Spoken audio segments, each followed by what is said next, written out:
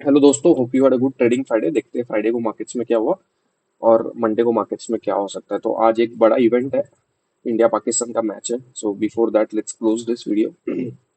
सो अगर आप देखोगे तो मार्केट्स ओपन हुआ था एग्जैक्टली सिंगल प्रिंट के आसपास। सो हमने एक डिस्कशन किया था अपने वीडियोस में कि ये एक जोन है जो एक अच्छा सपोर्ट की तरह मार्केट्स को काम कर सकता है। तो जो सिंगल प्रिंट जो लोग पहचानते हैं या जिन लोगों ने मेरे कंटिन्यूस वीडियोस देखे हैं उनको पता है कि what is the single print strategy. तो सिंगल प्रिंट का हाई और लो होता है। तो अगर ये सिंगल प्रिंट का हाई है अराउंड 19,694 और लो है अराउंड 19,677, तो ये 15-16 पॉइंट का जो एरिया होता है, ये एरिया एक स्ट्रॉन्ग जोन होता है। ठीक है, तो यहाँ पे कैसे ट्रेड करते हैं, अगर ये एरिया के ऊपर जा रहा है तो ये एरिया के नीचे एक छोटा सा स्टॉप लॉस लगा के पोजीशन कैरी की जा सकती है। एंड वही हुआ, मार्केट एग्जैक्टली सिंगल प्रिंट के आसपास ओपन हुआ, वहां पे ट्रेड इनिशिएट हुआ एंड स्टॉप लॉस भी नहीं हिट हुआ और मार्केट ने 1:5 1:6 के टारगेट्स दिए। मतलब what I am saying is कि अगर तुम्हारा 20 पॉइंट का स्टॉप लॉस है तो market around 120 points up move दिया है। तो अगर 20 पॉइंट स्टॉप लॉस के साथ आपको वो एक 120 पॉइंट्स मिल रहा है तो इट्स 1:6 का ट्रेड आपको मिल गया रहेगा। तो इट डिपेंड्स आपने कितना कैरी किया, कहाँ पे एग्जिट किया, doesn't it matters. But important is कि जो अपना व्यू रहता है मार्केट्स के बारे में कि सिंगल प्रिंट के आसपास मार्केट सपोर्ट लेगा, तो एग्जैक्टली वही उसी के हिसाब से मार्केट समहाउ वर्क करते हैं। सो I think the so we got a trade 1:6 difficult है डेफिनेटली।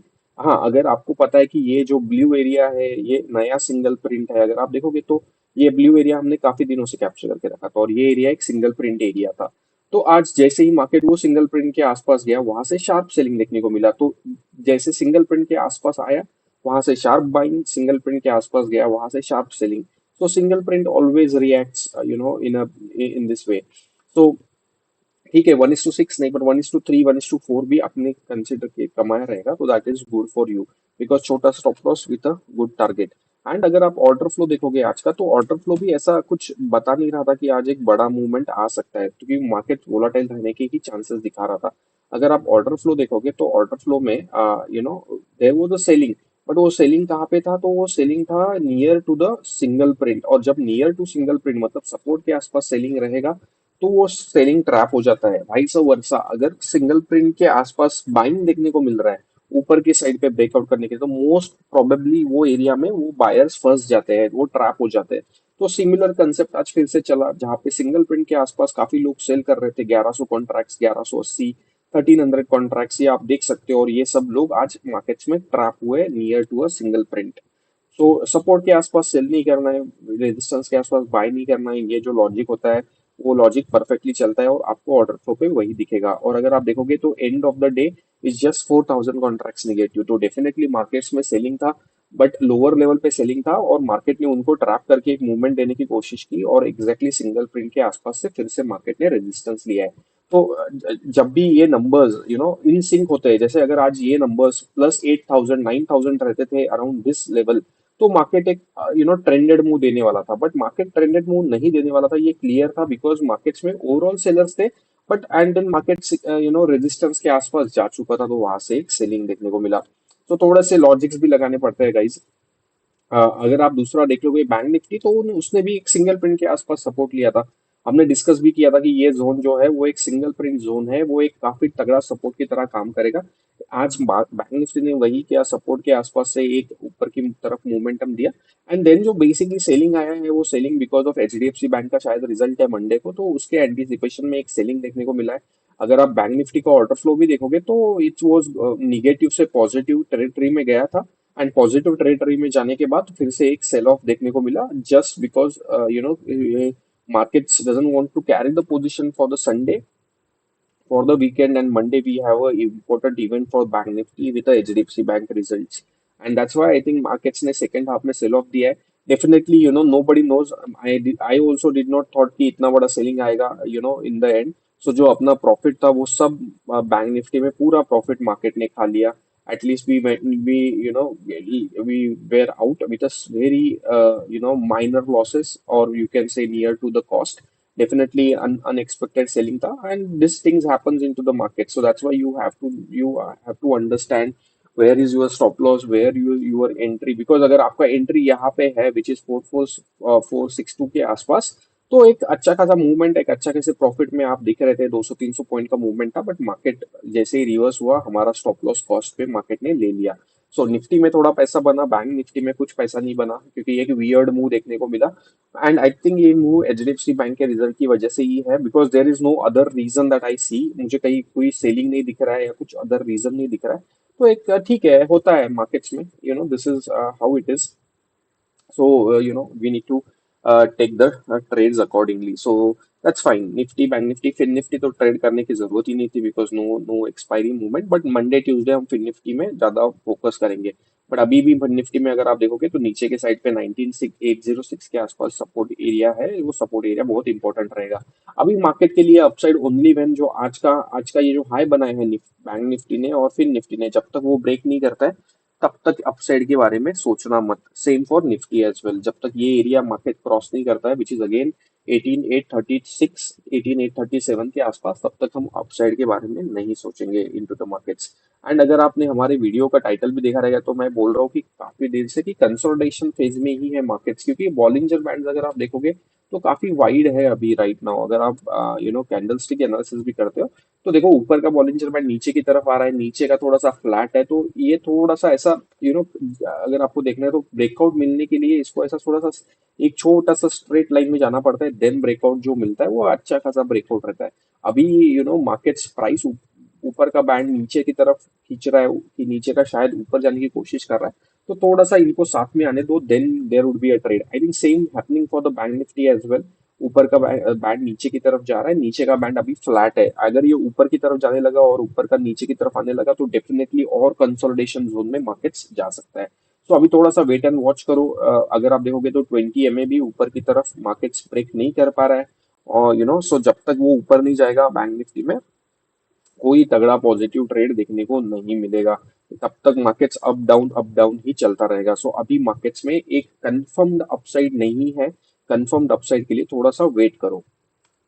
ठीक है, तो that's the analysis for this Nifty bank Nifty. Mainly HDFC bank देख लेते हैं। एचडीएफसी बैंक एक इंपॉर्टेंट लेवल के आसपास है। तो कल हमने जैसे डिस्कस किया था, व्हाइट लाइंस फॉर्म किए हैं, अगर आप देखोगे तो उसी एरिया के आसपास से आज एचडीएफसी बैंक में सेलिंग देखने को मिला, क्योंकि एचडीएफसी बैंक गया तो ऊपर था, बट वहां से एक शार्प सेलिंग एचडीएफसी बैंक में देखने को मिला। तो जब तक ये एरिया एचडीएफसी बैंक ब्रेक नहीं करेगा, एक अपसाइड थोड़ा सा डिफिकल्ट है एचडीएफसी बैंक को मिलने के लिए। तो वेट करते हैं ये लेवल्स ब्रेक करने का। I just draw the levels for you, which is around 553 के आसपास के लेवल्स है। 1553, जब तक 1553 ब्रेक नहीं करता है तब तक अपसाइड के चांसेस कम है। लेकिन अगर 1553 ब्रेक करता है एंड कुछ अच्छे न्यूज और रिजल्ट्स आते हैं, तो मे बी हम लोग ये टारगेट्स 1578 के टारगेट्स हम देखने को मिल सकते हैं। तो that's the HDFC bank for you. Axis bank single print के आसपास जाके सेल सेल ऑफ अगेन देखने को मिला है। So I think ICICI bank, SBI, सब में, एसबीआई में हमने क्लियर क्लियर बोला था कि guys wait, don't take any trade into SBI.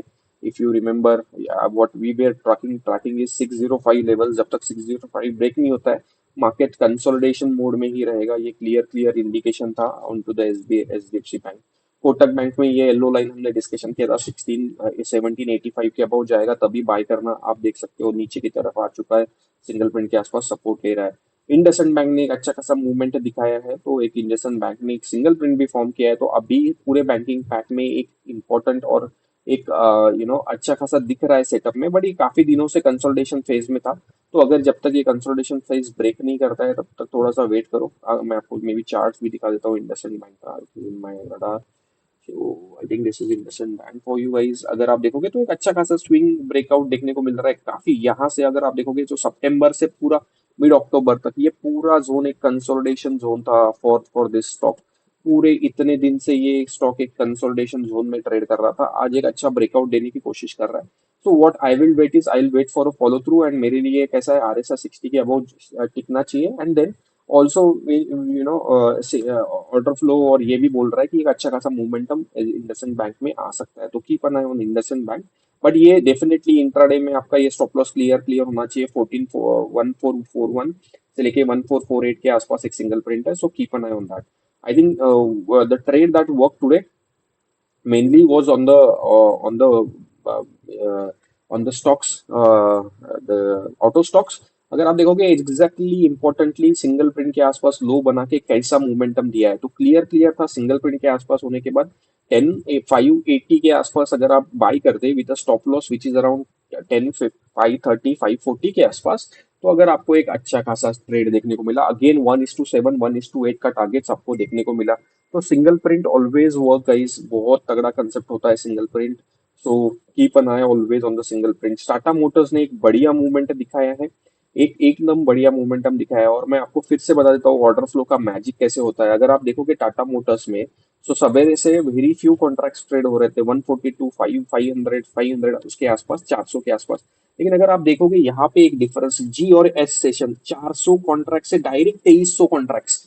तो you understand how much times the buying happen, कितने बड़े लोगों ने बाइंग किया रहेगा। एंड उसके नेक्स्ट कैंडल में 5000 कॉन्ट्रैक्ट। सो यहाँ पे आइडली तुम्हें ट्रेड देखने को मिला। यहाँ से ट्रेड चालू हुआ तो आपको एंट्री अराउंड 645 के आसपास देखने को मिला, 645 से 670 के आसपास। एंड क्लियर क्लियर आपको दिख रहा था कि 2000 से डायरेक्ट 5000, 5000 से 6-7 हजार तक बाइंग देखने को मिला था। तो सेलिंग जोन तो डेफिनेटली नहीं था।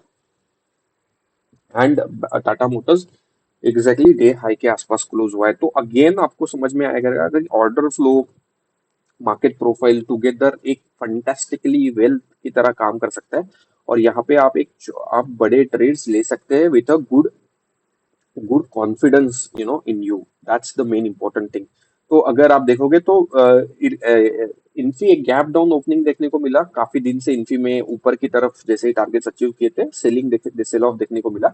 और एग्जैक्टली अगर हाई देखोगे आज का, वो भी सिंगल प्रिंट के आसपास है। तो इन्फी में अभी क्या करना चाहिए? इन्फी में मेरे लिए सिंपल है, जब अगर ये सिंगल प्रिंट ब्रेक करता है इन्फी, तो may be we can look for some buy things, and then slowly and steadily Infi can go higher. But for me, for now, stock would be volatile. तो अगर कोई दूसरा stock trading को नहीं मिलता है, तब आप इसमें घुसो। मतलब जैसे अभी ऑटो स्टॉक्स अच्छे दिख रहे हैं, इंडसइंड बैंक अच्छा दिख रहा है, तो उसमें घुसो। तो rather than going into the IT stocks right away. ठीक है, मूवमेंट सब में मिलता है, बट जहाँ पे अच्छा मूवमेंट रहता है वहां पे एक अच्छा ट्रेड देखने को मिल सकता है। अगर आप टीसीएस भी देखोगे तो सिंगल प्रिंट के यहाँ से फिर से अब अबाउ मूवमेंटम देखने को मिला। तो guys single print every stocks में देखने को मिलते हैं, और हर जगह पे सिंगल प्रिंट्स का बोलबाला देखने को मिलता है। ये टाटा मोटर्स में काफी सिंगल प्रिंट्स बन चुके हैं, तो अभी के लिए काफी स्ट्रॉन्ग मूवमेंट में दिख रहा है Tata Motors. So keep an I. TVS Motors भी सिंगल प्रिंट के आसपास से बाउंस देखने को मिला। सो बहुत सारे स्टॉक्स है। अगर आप अ, अभी अशोक लेलैंड देखोगे, तो एक अशोक लेलैंड काफी दिन से कंसोलिडेशन जोन में है, अभी एक थोड़ा सा ऊपर जाने की कोशिश कर रहा है।